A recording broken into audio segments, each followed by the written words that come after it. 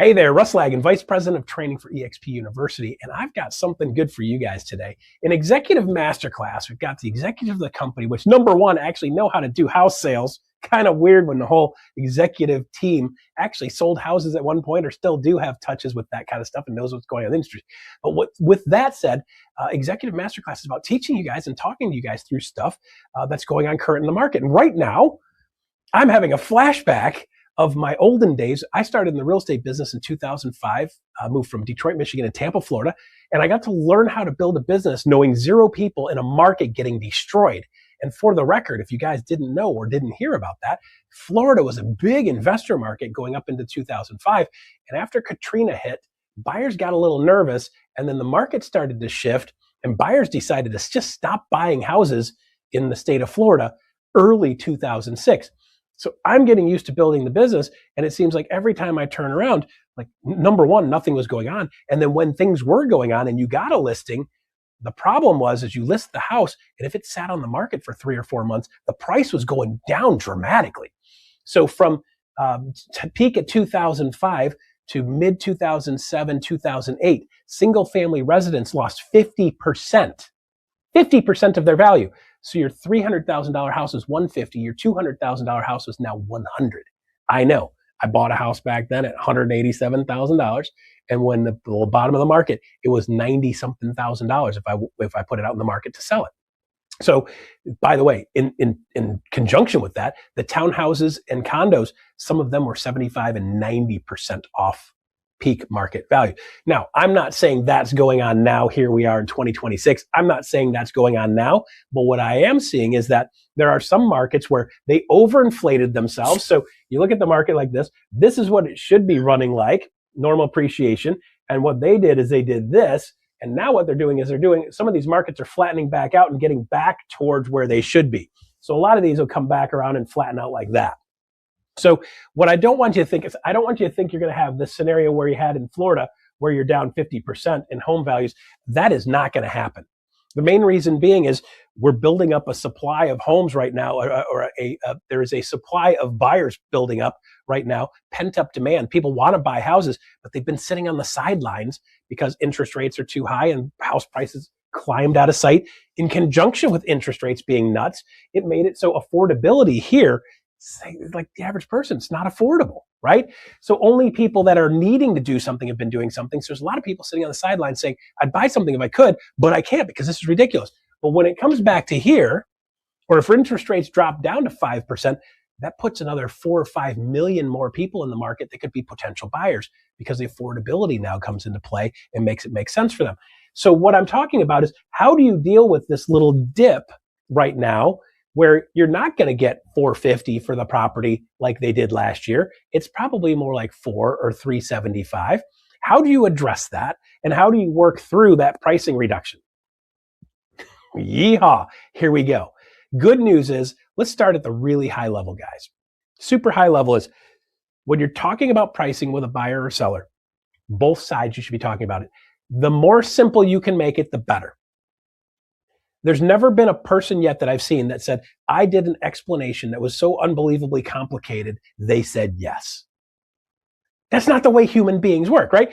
Human beings, when you present something in a simple manner and they understand it, they're more likely to say yes. So if you've got people in your world or in your system where you're doing listings and they're not saying yes to you, chances are you don't need to make it more complicated and make it more flowery and add more pages.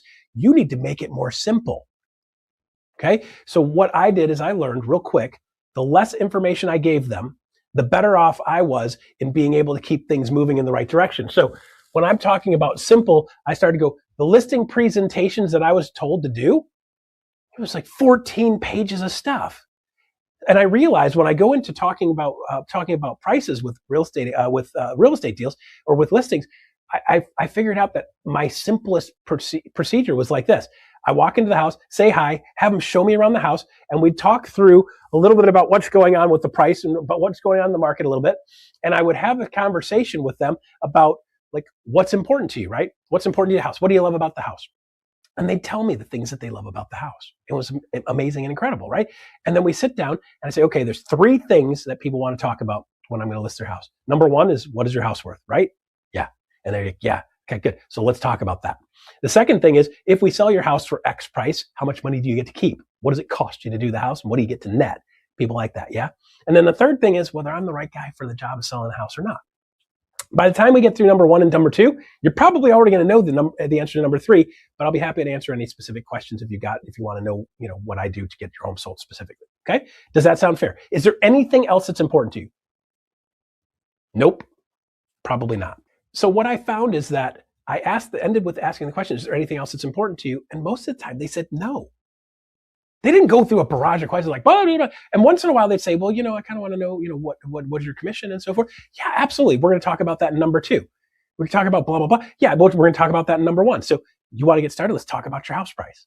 Yes, they want to talk. They don't want to know about me and what I do and how I do it and when I do it and where I do it and the credibility and 14 awards and all the different A, B, C, D, E, F, G after all of my type. They don't want to know that. They just want to know what their house price is. So let's just jump on the thing that they want to know about right out of the gate. Okay, so then I start off with a simple overview right here. So like high level, like make sure, like, what do you guys need to feel successful? Ask them. What are you trying to do as far as timeline? Ask them, make sure, right? Then once I get that, cool, go. So based on that, let me give you a high level of what's going on in the real estate market. Right now, in our immediate market, my market right now, we are at a 2.3 month supply of homes. So what that means is that over the last 5 years, properties have been appreciating between 8 and 10% per year. And then it dropped down into the 4 and 5% over the last 2 or 3 years, which is pretty cool. So what that means right now is if you take a property and you price it right, it goes on the market and it's going to be under contract within a week or 2, if it's priced right. If we go 3, 4, 5 weeks, we know we're not priced right in this market because the stuff that's priced right is going off the market very, very fast. That's what 2.3 month supply of homes means. Now, let's talk about supply of homes real quick so you guys have a good idea for overview. And I want to make sure you guys are making sure you're telling people what your market is. So number 1, know what your market stats are, right? You want to know how many properties are active in your market right now. And how does that compare to last year? So like I'll be 26, same time in 25, how many there were? And then what is the same time in 2019? How many homes are active now currently? What was it last year? What was it in 19? Usually I go back 5 years, but I'm kicking back to 19 because I don't know about you guys, but 2020 was weird. Okay, so let's go back to 19 because it's a more indicative of a normal-ish market. Okay, so once we establish that, then I also need to know, how many properties sold in the last 30 days in 2026, in 2025, and in 2019. Now I've got kind of a good cross-section of what's going on in the market. It's like, what's going on now? How many active? How many sold? Once I know that, that'll tell me what the supply of homes is. Okay, so what is your home supply? How many houses do we have active? I'm going to use round numbers, guys. We have 2,000 homes that are active in this particular cross-section of the market. Great. How many sold in the last 30 days? In my market here, about 800 sold in the last 30 days. So if you take 2,000 divided by 800, let's just say rough math, somewhere around 2.3 months supply of homes, which means if no other homes come on the market, we're going to run out of houses in 2.3 months. What that also means is the property at 2.3 months supply of homes, property values are still going up, not like they were when they were at 0.7 and 1 and 1.3 and 1.2, not like that. But if it got up to 5 or 6, it would flatten out. If it gets to 7 or 8, you're going to start seeing a decline in price. So we need to explain to them what's going on. So here, if we price your house right, you're going to go under contract. So if you're in some of the markets that are declining, say, listen, we're at 6 months supply of homes. It's climbed up pretty quick, which means house prices are stalling or flattening. And what happens is that means that the competition is going to need to start considering, if it keeps going like this, house prices are going to decline a little bit. Because when there's too much supply and not enough demand, house prices go down. When there's low supply and high demand, prices go up. When there's similar supply and consistent demand, properties go up. They just go up a lot flatter. Okay, so understanding the basics of how market stats work and explaining it to them really simply. So based on that, based on 2.3, what do you think is going to happen with your house if we price it right? Ask them. Stop. This is a temperature check. Check the speedometer. How fast are we going? If they say, okay, so if we price the house right, we should be on the market for like a week or 2. Okay, good. Perfect. Good. That means you understand. Right? The other thing I want to look at is the median sales price. Okay, what's going on with the median sales price? So what is a median sales price in currently of the properties that sold? What was their median sales price? Last year in the same time, what was the median sales price last year this time? And then 2019, what was the median sales price? So what you're doing is you're showing them a trend. So from last year to this year, have prices, median sales prices gone up or gone down? Because if nothing else changes, we're going to expect it to do the exact same thing it did last year. If it's gone down from the year before, we're going to expect it to go down again over the next year unless something changes. So giving them an understanding of how a market works is good. If you're north of 5 and 6 months supply of homes, it's going to be super, super important that we price the house right, because if we don't, we're going to be chasing the market down. Your house isn't going to sell. It'll stay on the market and they'll buy other houses. So pricing is absolutely paramount. So here's a question you want to ask them. Do you know how to tell when your house is priced right? And then you shut up. People are going to come up with all kinds of stuff, right? If I gave them a good overview of this, they should say some version of, we know it's priced right when it's sold. That's it. So some people will argue with me and say, well, Russ, but Russ, the condition of this house. No. Like, listen, price fixes everything. Price is everything. Price is a solution to everything. If there's an issue with the house, if there's an issue with the condition, if there's an issue with the smell, there's an issue with the neighborhood, there's something in the neighbor's backyard, all of that can be fixed with price. Because at some price, somebody's going to want to buy it. If it's a house that's livable, guarantee you can sell it immediately for $1. You got a livable house? Guarantee I'll buy it right now. You got a livable house, people can live in it? I will buy that house unseen for $1. Okay? So reality is, at some price it will sell. The question is, will it sell at a price that's acceptable to the seller? That's where the rub comes in. So we've got to be really good at telling the story and keeping it simple so that the seller says, okay, got it. So we need to be at a number that's going to make us sold. Yes, good. Now we're on to something. So phase 2. Once we've got basic understanding of what's going on in our market, is it going up, is it going down? Have prices gone up or down in the last year? Where are they from 5 years ago? By the way, I want to tell them where they are for 5 years, because if they've been in there for 5 or 6 years, in the US, 40% of homes are 100% paid off, no mortgage. Another 38 or so percent of homes, or 31 or so percent of homes are more than 50% equity. And then there's some like 30 or so left that are under 50% equity. But if they've owned the home for 2, 3, 4, 5 years, 6, 7 years, they have equity. They've made money. So when I show them 2019, and by the way, the market's gone up on your $350,000 average sales price in 19, now it's $550, or it's $475, or it's $450. So the average person's made $100, $120, $130,000 in the last 5 years on their house. That gives you the ability to make sure, like, most of them have equity. 70% of people have 50+% equity in the house. Do they have choices? You're darn right. Now it's just a matter of coming down to being stubborn about what they want for their house or don't want for their house, okay? So here's how I present the information. Man, there's a bunch of people that'll argue, my way is crazy, my way doesn't make sense. But again, keep in mind, my mantra is, how do I make this as simple as possible? A lot of people are going to put together CMAs, right? And they're going to put together packets, and they're going to put together listing packets, and they're going to put together page after page after page with comps and details and pictures and so forth. Like, I'm not saying don't do that. If that works for you, good. What I'm saying is that most of the time, doing this hundreds and hundreds of times, by the way, guys, most of the time what I found is that I need one page, and I'm not going to call it a CMA. I'm going to call it a comparative market analysis. What that is I'm going to show you the homes that are just like yours. And based on that, it's going to tell us exactly where you should price your house. So you show value in the eyes of the buyers, and the buyers want to buy your house. Does that make sense? And the seller goes, yeah. Okay, good. So let me show you exactly what has gone on in your market. And based on your house, it'll tell you exactly what you need to do to your house. Does that sound fair? And they're like, yes. Good. See, I'm getting buy-in as we go. Telling them it's going to be simple. I'm telling them we can tell you exactly what your house should be priced at. In most markets, you can tell almost exactly what your house should be priced at, right? So what I'm going to do is I'm going to set up a scenario where I've got sold properties. I've got pending, the properties that are currently under contract but have not closed yet. Oh, sorry, pending with a G, not D, pended. And then I've got the active properties, right? So what I'm going to do is I'm going to take this, and you guys almost all have this format. I'm going to take these three categories. I'm going to find their property, what their property is. Let's just say 2,000 square foot house. Okay. So their house is 2,000 square foot.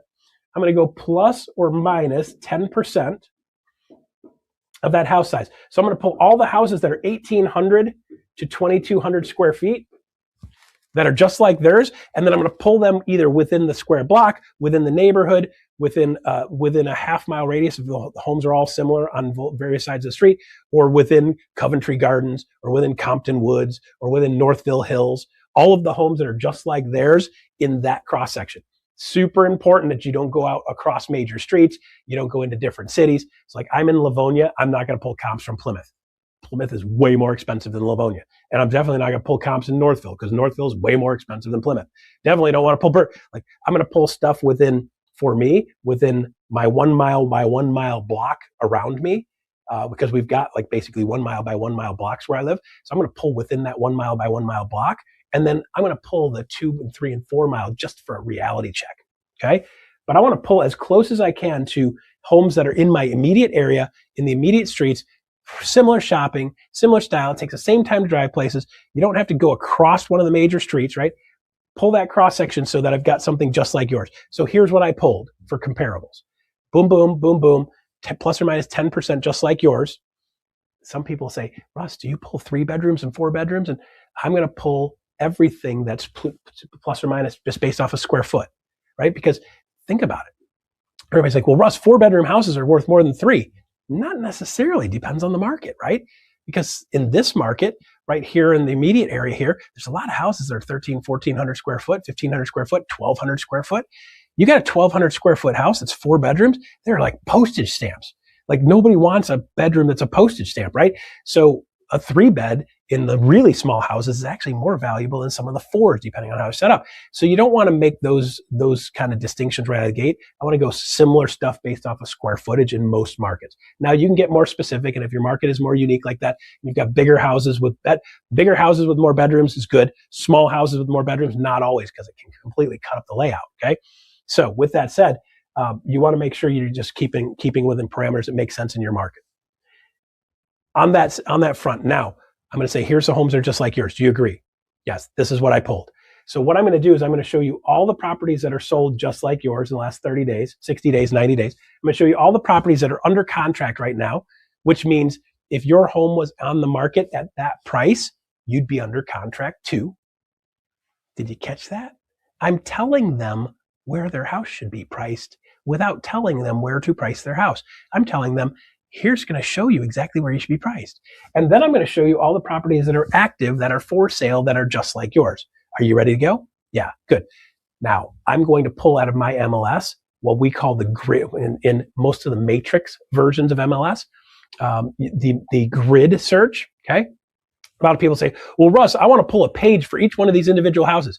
I'm going to pull all the properties in that cross section, in that area that sold, that are just like yours. If there's 2 or 3 comps in that market that are just like theirs, great. I would love to see 5 or 6, if at all possible. If I've got 1 or 2, I'm going to have to expand the market because that's not going to be a good cross section. I don't want to get to the point where I have 10 to 12. If I have 10 to 12, it becomes a hairy mess. I need to narrow it down and get more specific and get more like theirs, right? So I'm going to show you all the homes that fit this criteria that are just like yours that sold in the last 30 days, 60 days, 90 days. I'm going to show you all the properties that are under contract that are just like yours, currently under contract. That means a buyer saw it at that price, that style, just like yours, and said, I'll buy that at that price. Okay. We don't know what the closing price will be, but it'll tell us what people are willing to pay, or at least willing to go under contract on. So it's plus or minus right around that. And then I'm going to show you all the properties that are just like yours that are active and available. That's like going to the shoe store and you've got shoe and shoe and shoe and shoe, and they're all sneakers and they're all white sneakers and they're all various brands, but they're all pretty similar. Which ones can you actually buy? And then we need to make sure when we look at those shoes, we look at those homes, that yours stands out. So the buyer says, I'm going to take that one instead of taking that one, or that one. Okay. So I'm going to pull all the properties that are pending, whatever that looks like. Hopefully in that one, you've got 5 to 7 in that one. And then active, active, whatever it is. If it's 15 to 20, I'm fine with that.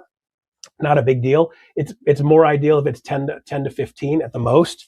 Because again, if you get a bunch of different properties with a bunch of different variations, I want to keep it as close as possible and hone it down so I don't have a million of them. But I want to be able to say, I'm going to show you all the homes that fit this criteria that are just like yours in this area. So you're going to see all of it. Now you might say, okay, Russ, why have you said that 50 times? Because in the seller's mind, they're asking the question, am I getting all of the info? Is he giving me everything I need to make a good decision? And I'm telling them, I'm giving you all of the information you need to make a good decision. Many times people will interview 2 or 3 or 4 real estate agents. Not often, but sometimes they will interview 2, 3, 4 agents because nobody has made it simple and nobody has told them, I'm showing you everything. You don't need to talk to 2 other people or 1 other person because I've just showed you everything that's just like yours in the market. So if they come in and they're not showing you this information, or they're only showing you 3 sold, 3 pending, 3 active, which is commonly taught in the real estate business, you're not seeing everything. I want to show you all the ones that are just like yours, all of the ones just like yours, and all of the ones just like yours. So you have the ability to make a good decision because you've got all the info. And the sellers go, oh, that's really good, Russ. Have you talked to another real estate agent yet? Yeah. Did they show you 3 sold, 3 pending, 3 active? As a matter of fact, they did. Okay, good. So they didn't show you all the info. I'm going to show you all the info so you can make the best decision. Sound good? Yeah. Now they love you because you're showing them all the info. You're pulling back the curtain of the Wizard of Oz. Let me show you the levers that I'm using, okay?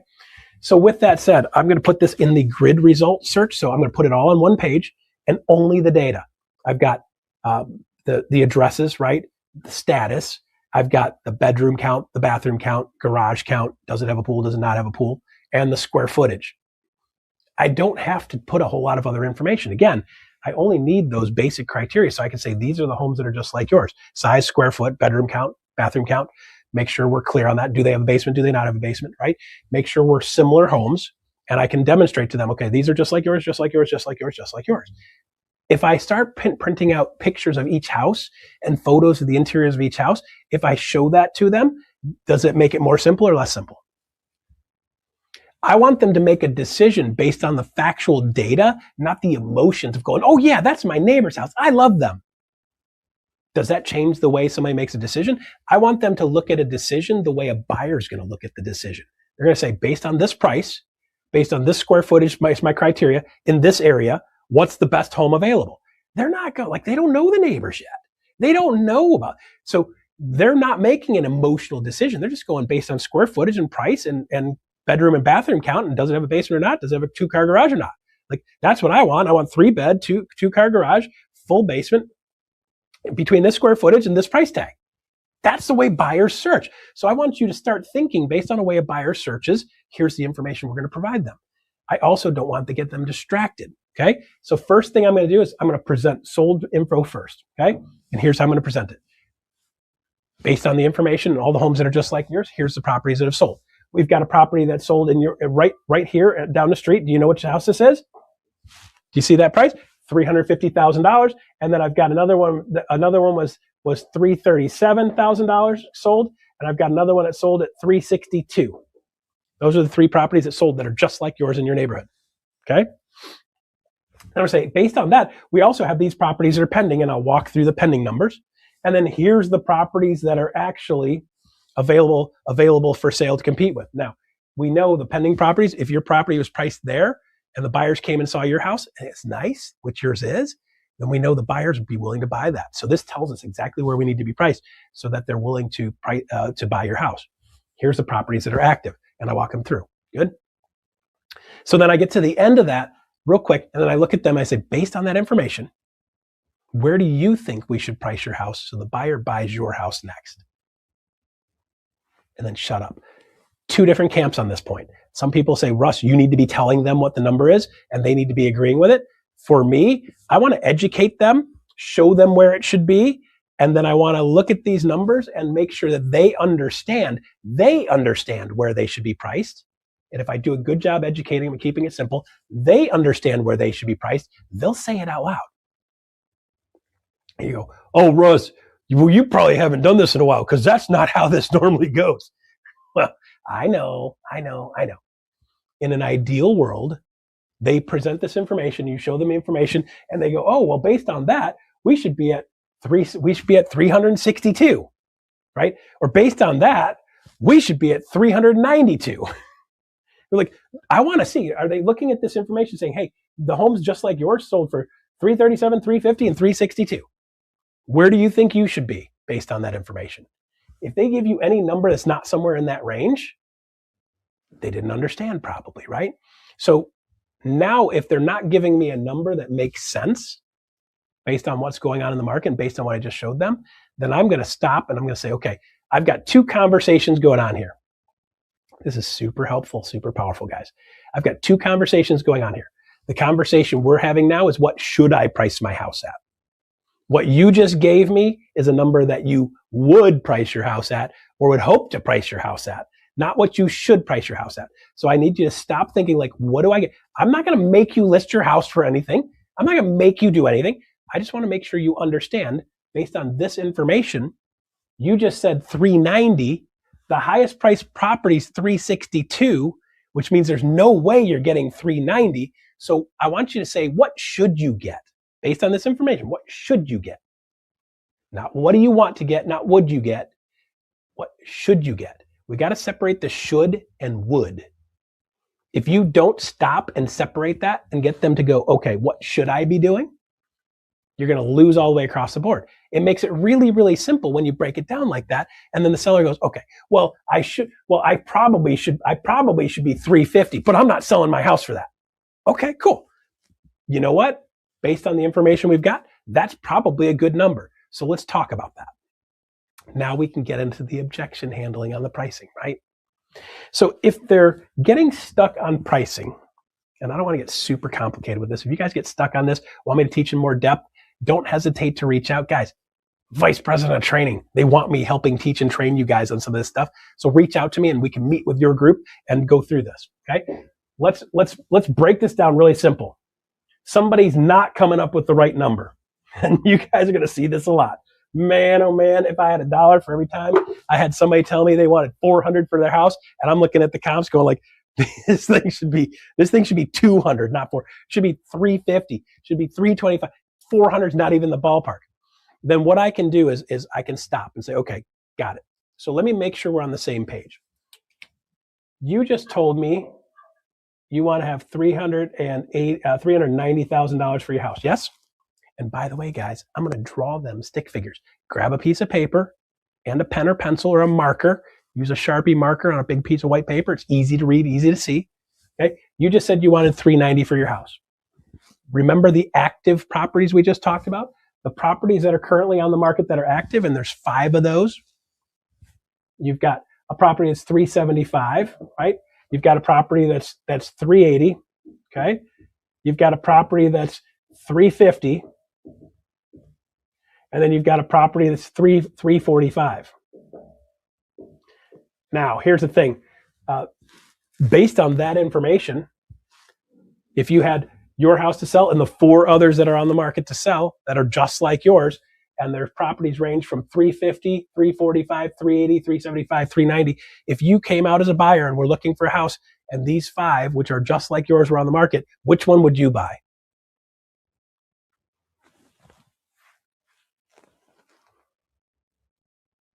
Stop. Let them say it. Make them say it. If they can't say it out loud, they're never going to say yes to anything.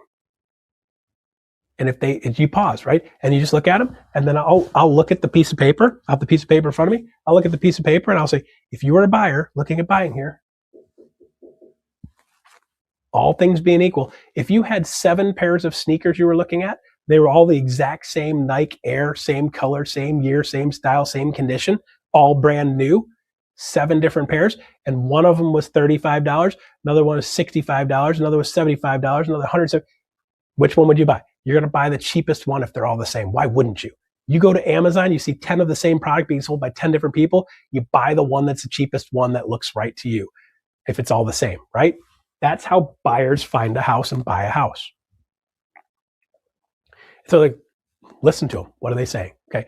So based on that, you're telling me you wouldn't go out and buy the 345. If they're all identical, you wouldn't buy the 345? Explain to me how that makes sense, because that doesn't make sense. It's not the way normal buyers work. Let them explain it to you, right?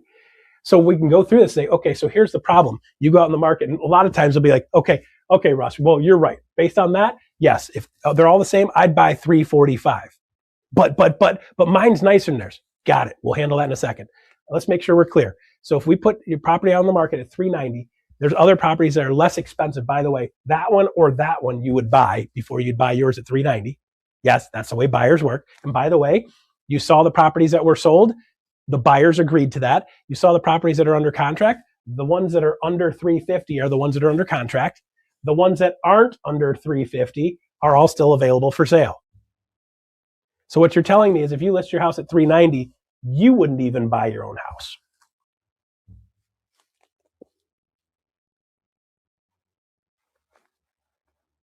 Yeah, so 390 is not the right number, because even if you went out, you wouldn't buy your own house. Or if you did, if prices were going up, cool.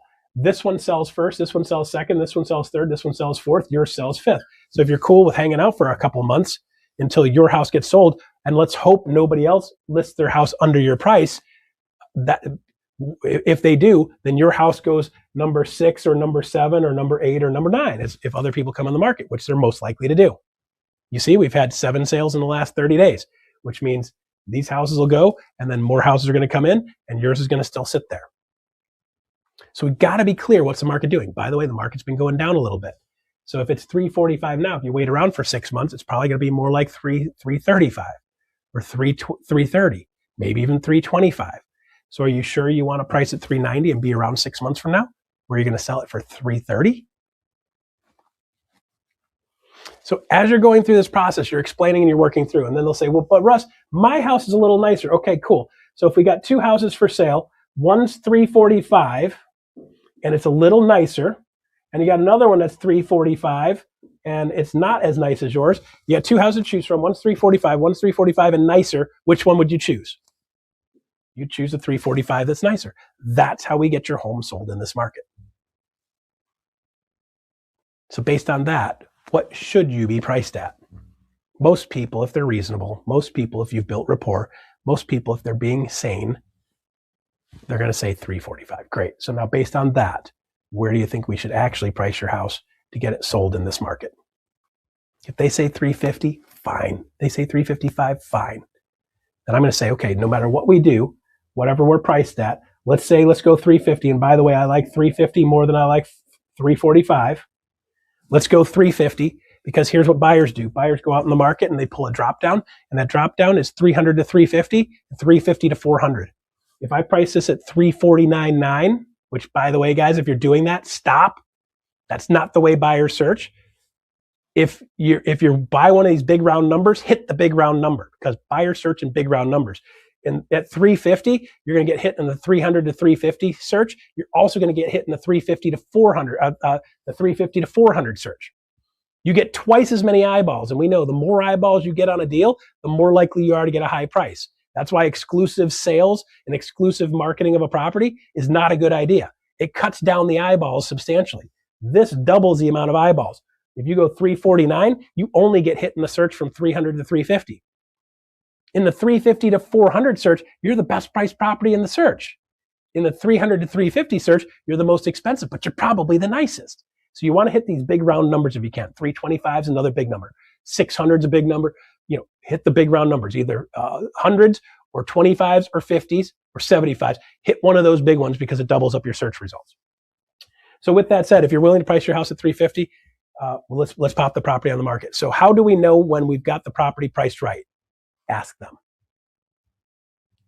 We know we're priced right when we're sold.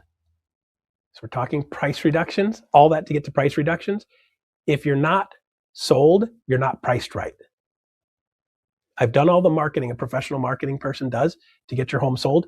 We could put your home on the national news, on Good Morning America, and show your property. And what's going to happen is we'll put your property on the market on Good Morning America. Person in New York's going to be like, oh my gosh, I can have a house like that for $390,000. They're going to fly down to Florida. They're going to look at the other houses in the market, because they're going to look at everything.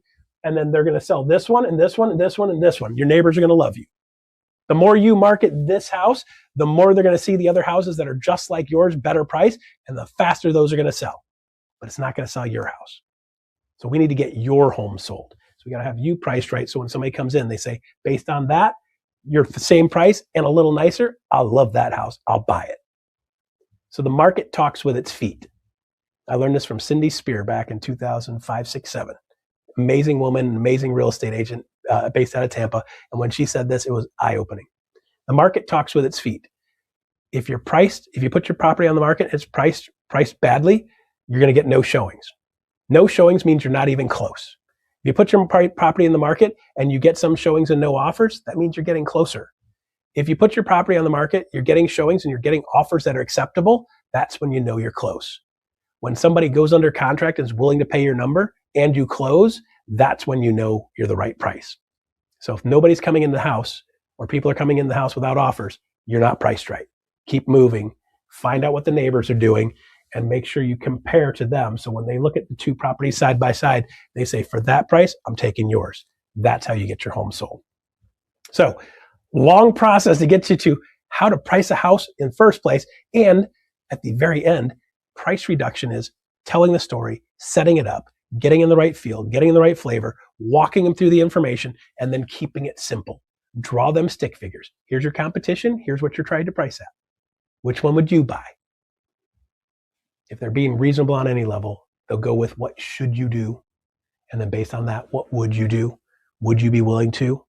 Let's see what the market says. If the market buys your house and somebody puts an offer on the house and it's acceptable, we're good. Until then, we're not priced right. Now it's off of you. It's not your fault. The market's going to tell us what your house is worth. You and I, our job is to get the market to tell us what your house is worth. We're in this together. And then you start to act like you're in it together and you start to feel like you're collaborating. And it's way more fun. So there you go. 40 or so minutes on how to do pricing and price reductions. Again, if you want to talk this through, you want to have me out talking to your group, talking to your organization, helping them understand this and breaking this down and answering questions for you. And if you want to troubleshoot and you want to problem solve and you want to throw objections at me, I'd love doing that with you guys. Let's go out there and sell more homes. Get your homes priced right. Get them sold. Cash in checks. Make 2026 the best year ever. See you soon.